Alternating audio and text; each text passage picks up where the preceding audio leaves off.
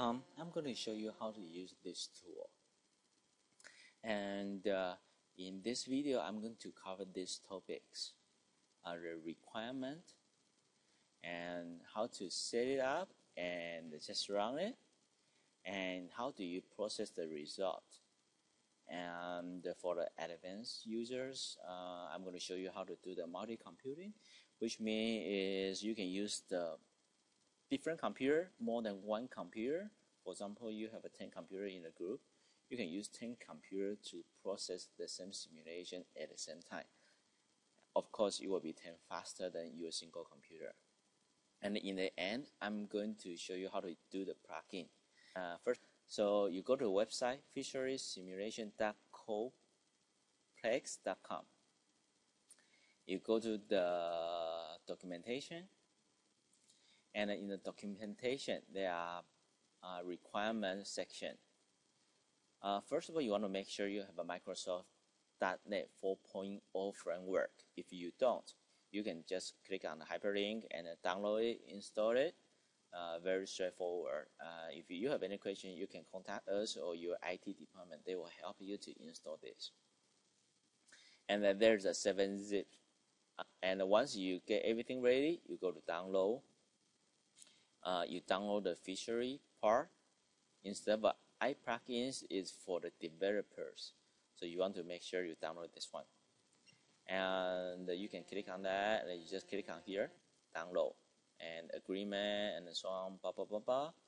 And I downloaded the file already, so here's the file I get in the demo 2 folder.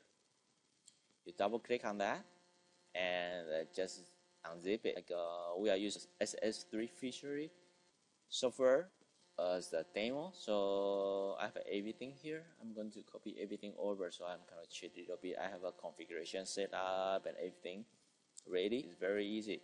You just click on the Fishery Simulation.exe. Double click on that. The application pop up. The folder is the main part, is where your configuration, your source files are, and it will auto detect by the application.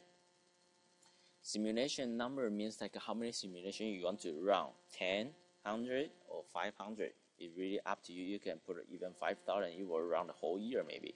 So you just enter that command. Command is something like you can run in those commands. For example, like in those, you can run dir. You want to see the file structure or something, and of course here we use SS3. So simulation, here's the important part. The most important part is the root folder and the simulation. And for the command you can say dir, for example. And of course here we use SS3, and you can put a argument you want, like that. And for the file folder, copy file to the subfolder, here's the main part. It will create whatever you list in this area into the subfolder. And the reason to do that, because we are going to do the step 2 simulation, and which is running in the subfolders. So you go to the file manager, Windows part. You select the file you want to put to the subfolder, and just drag in. Okay, it's listed there. Of course, you can type it if you want. And if you want to delete it, click on the front. Make sure everything is highlighted, and hit delete key. And it's supposed to disappear, or you can make the file name field as empty. You will clean up in the end. So this line will be gone later on when you hit run. You want to capture 912 to 915, and you can open up. You can use like a notepad or anything to open it up, and you say, okay, I want to change the.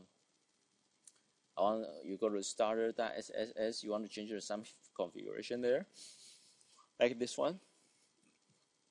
You want to capture the line over to the subfolder or something you want to capture from line 19 to 23 and so on, or you can even set up the block. But something you need to remember, when you set up the line, you remember you use lines. And then when you doing some kind of a block, you want to set the block. And from the block starting text field, you put the whatever header you want to capture, and it will capture the line. And the random generation right now is only support the normal distribution random number, and the syntax is easy too, and you can do the multi-row line, but I guess most of the people may not use it right now. And if you have any question, you can leave your comments in the discussion board in the website, or just email us, and we will help you. Okay, I'm going to cheat a little bit because I'm not going to reconfigure everything. I'm going to load the setting file, which I did already in the past. Okay, I go there. I say, okay, I want to load the configuration, step 1 and 2. Okay, it's there. And here's the basic configuration. And you say, and I say, okay, I want to generate 10. Instead of 10, I'm going to generate 5 only to save some time. And when I hit run, it will copy everything over. But I haven't described step 2 yet, so I'm going to describe here a little bit. So here the command is exactly the same thing as the step 1. Step 1, running command in the root folder. Step 2, running command in the subfolder, like folder 1, blah blah blah, folder 2, blah blah blah. You will keep on running that.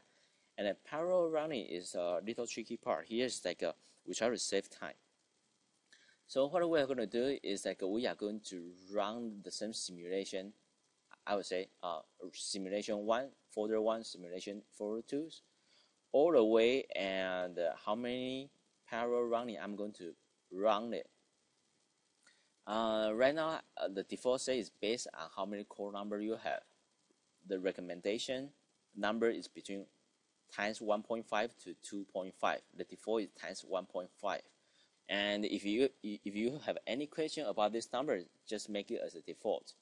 So so we can run it now, actually.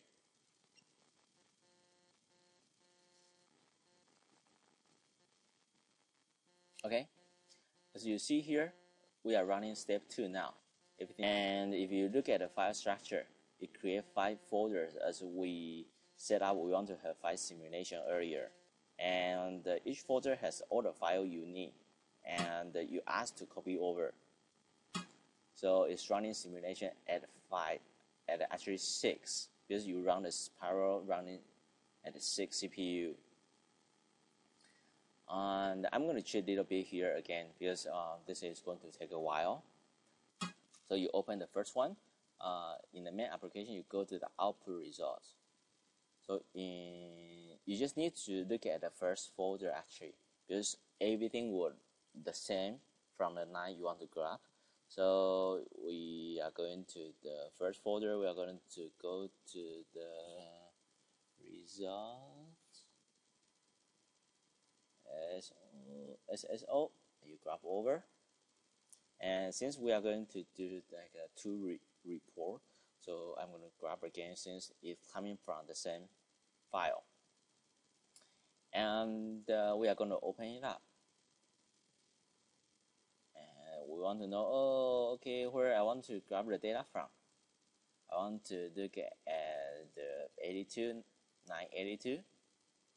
I want to put 982 to 982. And remove the extra header. No, because it's just 19. And adding the source folder, which is the subfolder number, into the front. Yes, I want to do that. And what I'm going to do, I'm going to put a space in between. So in front of this line here, in the front, there's a folder number plus space and the data here. So I'm going to name it my result 1.txt. From 92, from the second result I want to see is 10,732 all the way to 11,036. I'm going to name it result 2.txt. And I'm going to show you how this works. So if you look at the line here, here's the header. But you don't want to repeat the header over and over and over again for folder 1, folder 2, folder 3, and folder 4, and so on. So what I'm going to do is like, okay, I want to check that. Make sure the first time it only appears once. And all the way to 11,036. There, I want to stop there. Here will be the last time I want to get a result. So there, and in the front, I'm going to see my folder number and a space. So that's it. So you hit run again. So, oh, done. That's fast. And so we are going to look at, we go back to the root folder. You're supposed to see the result 1 and 2. Okay, we're going to open it up. Result 1. That's exactly what we want to see. A folder number in front, space, and the result. And if we look at result 2, we capture 9 from certain, you see the front, there is a folder number plus the header. But if you look at the folder 2, the data from folder 2, there's no extra 9. What about why we want to do this? Because you can use this in Excel.